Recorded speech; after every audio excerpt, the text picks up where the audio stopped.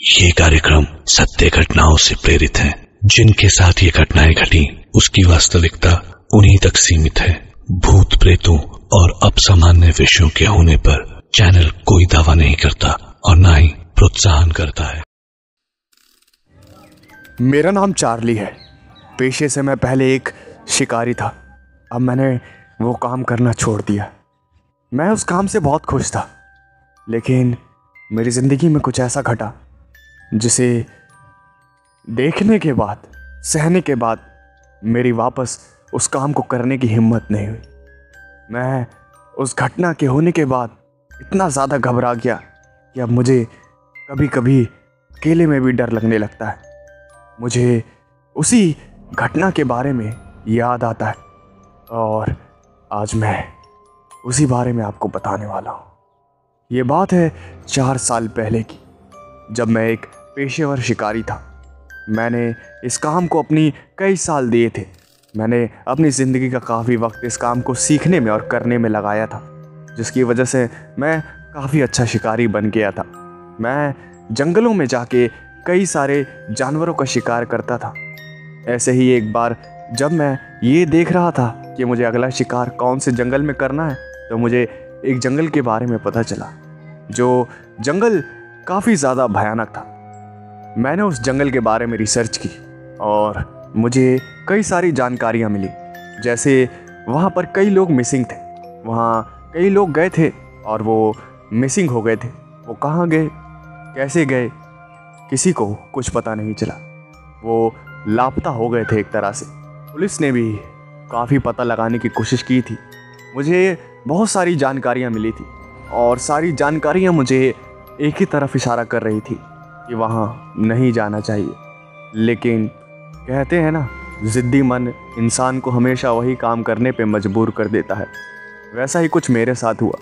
मैंने और भी रिसर्च की और मुझे पता चला कि वहाँ पर कोई वेंडिगो होने की खबर है। लोग कहते हैं कि वहाँ वेंडिगो है। वहाँ वेंडिगो का साया है। एक वेंडिगो नहीं, कई सारे वेंडिगोस हैं। और वेंडिगोस सिर्फ एक अर्बन लेजेंड है, जिसके बारे में लोग कहते हैं कि वो आदमखोर होते हैं। लेकिन मुझे इन सब बातों पे यकीन नहीं था। वेंडिगोस क्या है? ऐसा कुछ हो सकता है? नहीं, ये सोच मेरी 4 साल पहले थी और इन्हीं सब के चक्कर में मैं वहाँ चला गया। अपनी गाड़ी में ज़रूरी सामान रखने के बाद, मैं अपनी गाड़ी में फुल पेट्रोल भरवाने के बाद शिकार के लिए उस जंगल की तरफ चल पड़ा। काफ़ी लंबे सफ़र बाद मैं उस जंगल के पास पहुंचा। मेरे को कुछ ज़रूरी सामान लेना था, इसलिए मैंने उस जंगल से थोड़ी दूर एक दुकान पर अपने गाड़ी को पार्क किया और दुकान के अंदर घुस गया। दुकानदार से मैंने कुछ शिकार करने का सामान लिया और साथ ही साथ कुछ जानकारियाँ भी, जैसे वो जंगल और कितनी दूर है यहाँ से, वहाँ पर कैसा माहौल है, वहाँ पर कैसे कैसे जानवर मुझे मिल सकते हैं। उस दुकानदार ने मुझसे पूछा कि कौन से जंगल जा रहे हो, जिसके जवाब में मैंने उस जंगल का नाम बताया। उस जंगल का नाम था द ओल्ड वन फॉरेस्ट। और जैसे ही मैंने ये नाम लिया, उस दुकानदार के शक्ल पे 12 बज गए। वो घबराहट के मारे मुझे घूरने लगा और उसने मुझसे कहा कि लगता है तुम्हारा दिमाग ठीक नहीं है। तुम्हें उस जंगल के बारे में शायद किसी ने बताया नहीं, वहाँ कितने लोग गायब हो चुके हैं। फिर मैंने जवाब दिया कि हाँ, मैंने रिसर्च की, इंटरनेट पे काफ़ी कुछ पता चला। कहते हैं कि वहाँ वेंडिगोस हैं, आदमखोर लोग हैं, मुझे मार देंगे। आपका भी यही कहना है ना? उस दुकानदार ने हाँ में सर हिलाया।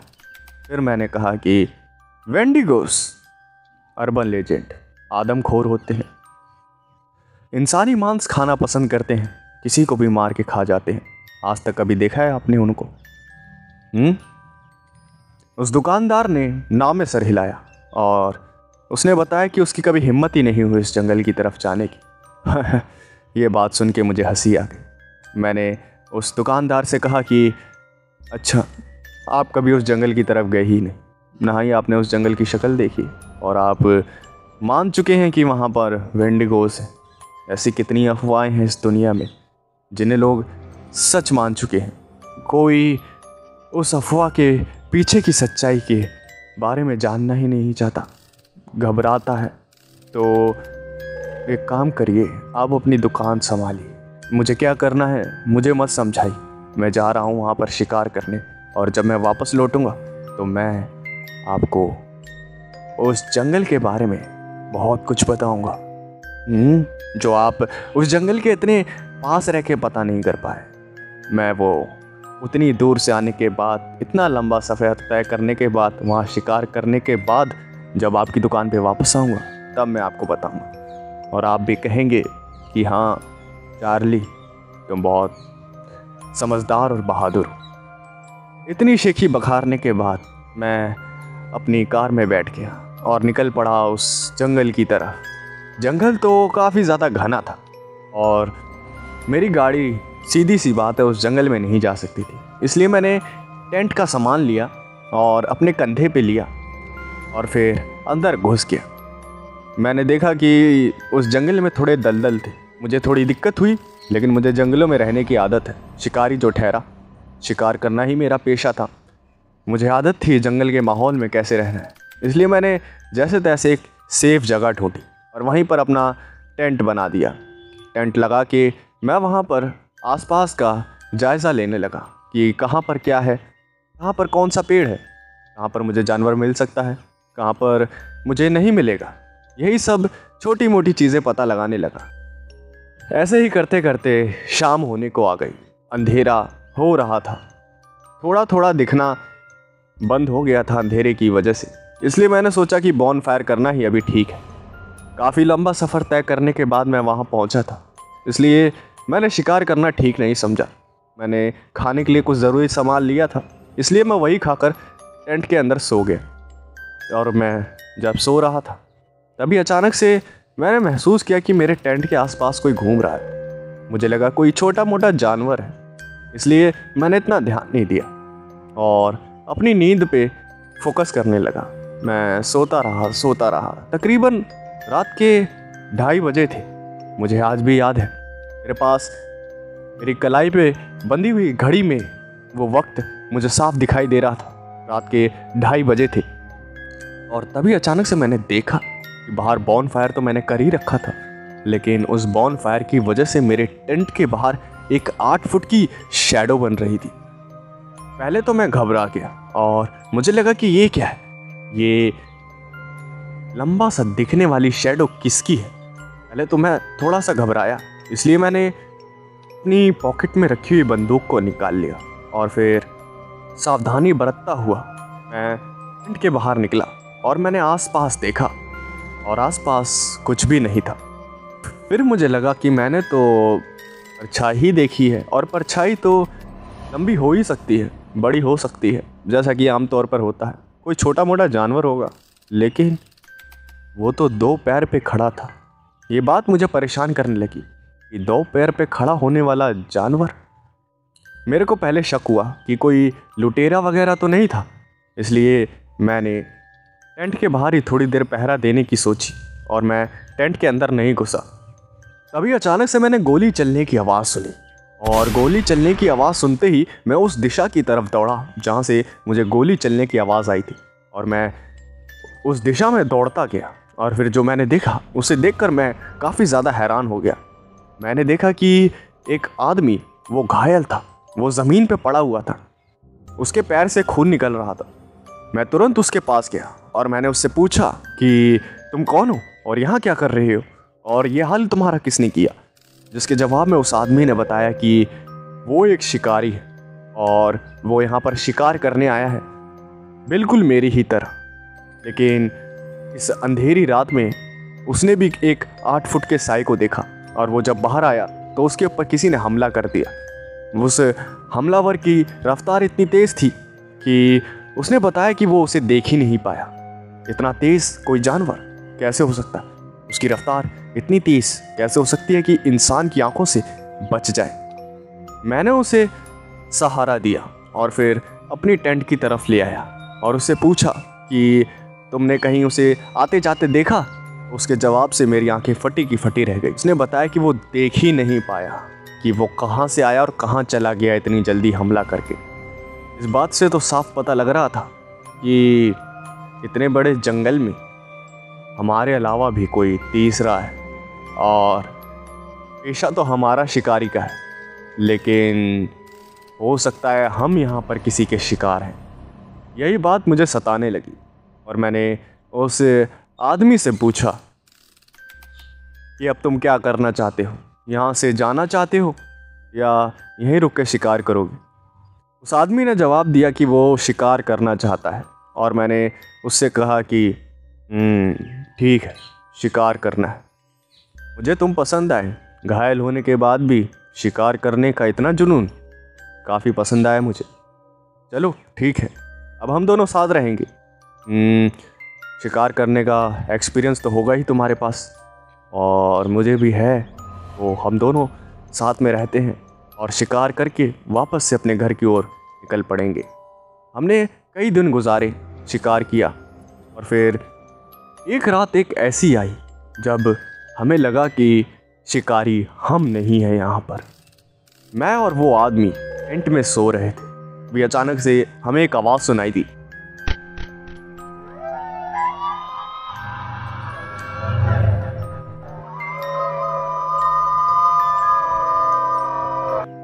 ये आवाज़ सुनते ही हम दोनों की आंखें खुली और मैंने उस आदमी की तरफ देखा और मैंने पूछा कि मैंने ऐसी आवाज़ कभी नहीं सुनी, क्या तुमने ये आवाज़ सुनी है कभी? किस जानवर की हो सकती है? उस आदमी ने बताया कि ये आवाज़ उसने पहले भी सुनी है, और ये वही आवाज़ है जो उस हमलावर की थी जिसने उस आदमी को घायल किया था। और ये बात सुन के मैंने अपनी रिवॉल्वर और बंदूकें निकाल ली और वो आदमी भी तैयार हो गया। हम दोनों बाहर निकले। मैं काफ़ी ज़्यादा जोश में था और मैंने जोश में ही बोल दिया कि Who the hell are you? सामने आओ, हिम्मत है तो। ये बात बोलते ही वो आवाज़ वापस से एक दिशा से आई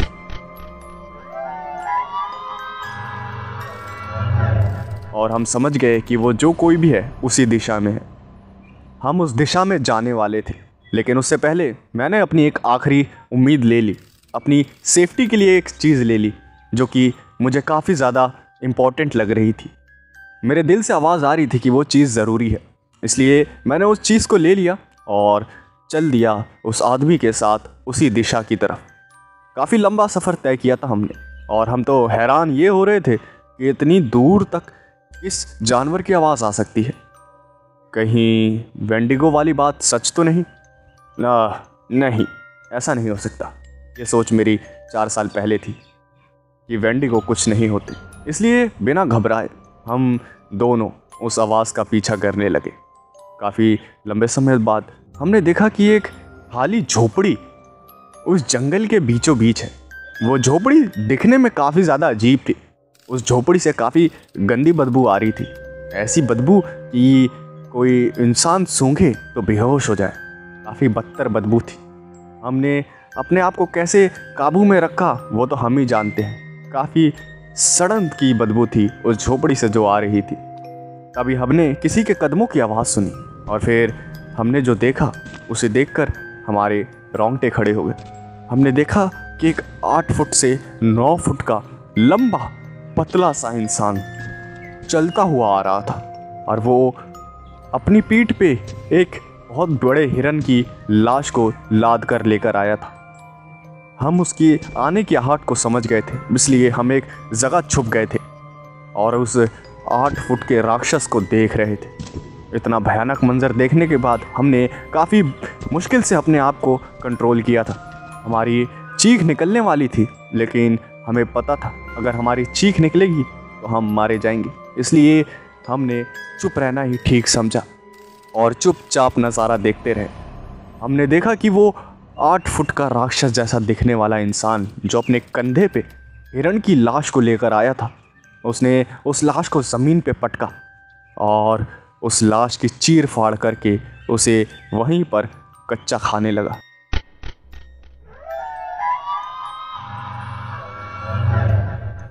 ये सब देख के हमें उल्टियाँ आने लगी, लेकिन जैसे तैसे हमने रोका अपने आप को और वहाँ से भागना ही ठीक समझा। मैं समझ गया था कि वेंडिगोस असली में होते हैं, और ये वेंडिगो ही है। और अगर ये वेंडिगो है तो ये हमें नहीं छोड़ेगा, क्योंकि इन्हें इंसानी मांस बहुत पसंद होता है। और अगर इसने हमें देख लिया तो हमारा बचना नामुमकिन सा हो जाएगा। मैं अपने उस साथी के साथ एक सेफ जगह पर आया और फिर यही सोचने लगा कि क्या करें। मेरे उस साथी ने बोला कि चलो हम यहाँ से भाग चलते हैं। मुझे भी यही ठीक लगा, इसलिए मैंने अपने ज़रूरी सामान को पैक कर लिया वापस से और वहाँ से भागने की तैयारी करने लगा। लेकिन तभी अचानक से वही आवाज़ आई।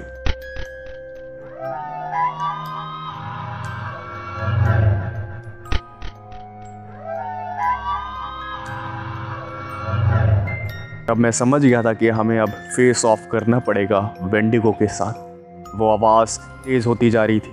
शायद उसे पता चल गया था कि हम कहाँ हैं। वो हमारे पास आ रहा था। उसके भारी भारी कदमों की आवाज़ हमें सुनाई दे रही थी और मुझे पता चल रहा था कि हमने जल्दी ही कुछ नहीं किया तो हम उसकी भूख मिटाने का एक निवाला बन के रह जाएंगे। हमारे टेंट के थोड़ी दूर एक नदी थी और मुझे ना चाहते हुए भी वो काम करना पड़ा जो मैं नहीं चाहता था। हमारे टेंट के पास एक नदी थी और फिर मैंने थोड़े अपना दिमाग का इस्तेमाल किया और फिर हमारे पास जो बचा कुचा गोश्त था, हमने उस गोश्त को अपने पूरे टेंट पे लगा दिया और फिर हम दोनों चले गए उस नदी के अंदर। उस नदी के अंदर हम घुस गए। नदी के अंदर ही अंदर तैर रहे थे। थोड़ी अपनी सांस रोकने में हमें दिक्कत हो रही थी, लेकिन हमारे पास कोई रास्ता नहीं था। मुझे पता था कि वो गोश्त की खुशबू सूंघता सूंघता वहाँ तक आ ही जाएगा और ऐसा ही हुआ। हमारी आंखों के सामने हम उस नदी से छुप छुप के, हम अंदर तो थे लेकिन थोड़ा बहुत देख रहे थे। हमने वही देखा कि वो 8 फुट का राक्षस जैसा दिखने वाला इंसान हमारे टेंट के पास आया और उसने हमारे पूरे टेंट को अपने एक हाथ से उखाड़ के फेंक दिया। और मैं उसकी ताकत का अंदाज़ा इसी बात से लगा पा रहा था कि उसने इतनी आसानी से टेंट को उखाड़ के फेंका जैसे वो कोई कागज़ का बना हो। उसने देखा तो वहाँ पर गोश्त पड़ा हुआ था और वो आदमखोर, वो मांसाहारी करता क्या, उसी मांस को खाने लगा। और यही रास्ता था जो मेरे दिमाग में कब से चल रहा था। मैंने अपनी आखिरी उम्मीद निकाली और वो आखिरी उम्मीद और कुछ नहीं, एक ग्रेनेड था। मैंने उस ग्रेनेड को पूरी जान लगा के उस 8 फुट के राक्षस पे फेंक दिया और वो ग्रेनेड सही निशाने पे लग के ब्लास्ट हो गया और एक ब्लास्ट के साथ एक अजीब सी चीख की आवाज़ आई।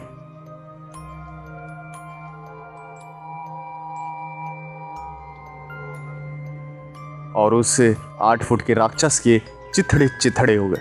ये सब देख के मैं खुश हो रहा था, मुझे मज़ा आ रहा था। ये क्या, मैंने इतने बड़े राक्षस को इतनी आसानी से मार दिया। मैं अपने आप को राजा महाराजा समझ रहा था। तभी अचानक से मैंने देखा कि मेरा साथी पानी से बाहर निकला और उस राक्षस के शरीर के पास गया जिसके चिथड़े चिथड़े हो गए थे। मुझे ये देख के काफ़ी ज़्यादा अजीब लगा और मैंने उससे पूछा, क्या हो गया, इतना सन्न क्यों रह गया? मैंने भी तो इतने बड़े राक्षस का सामना किया ही ना, मुझे तो कोई फ़र्क नहीं पड़ा इतना ख़ास। लेकिन हाँ, थोड़ी देर के लिए मैं डर ज़रूर गया था। लेकिन तेरी हालत कुछ ज़्यादा ख़राब है भाई, क्या हो गया? उसने मेरी बात का कोई जवाब नहीं दिया और मैं थोड़ा सा अजीब महसूस करने लगा कि ऐसा क्या हो गया। तभी अचानक से मेरा साथी पीछे मुड़ा और उसने मुझे कहा कि तुमने कभी वेंडिगो के बारे में पता नहीं किया? वेंडिगो क्या होते हैं, वेंडिगो में ताकतें क्या होती हैं और वेंडिगो क्या क्या कर सकते हैं? यह बात सुन के मुझे काफ़ी अजीब लगा और मैंने कहा कि आदमखोर होते हैं, काफ़ी तेज़ तर्रार होते हैं और कुछ नहीं, इससे ज़्यादा मुझे पता नहीं। जिसके जवाब में मेरा वो साथी एक अजीब सी हंसी हंसने लगा।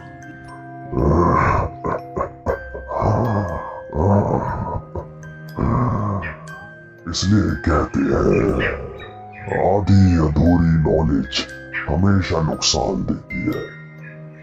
हाँ, मैं तुम्हें चलो बता देता हूँ। वेंडिगो कोई इंसान नहीं होता, वेंडिगो कोई हैवान नहीं होता, वेंडिगो शैतान का एक रूप होता है जो जिसके ऊपर हावी हो जाए वो वेंडिगो बन जाता है।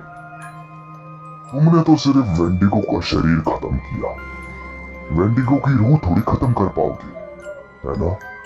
तुमने इस वेंडिगो की शरीर को तो खत्म कर दिया, लेकिन वेंडिगो की रूह तो अभी भी जिंदा है, वो किसी पे भी कब्जा कर सकती है, जैसे मैंने तुम्हारे साथी के ऊपर किया।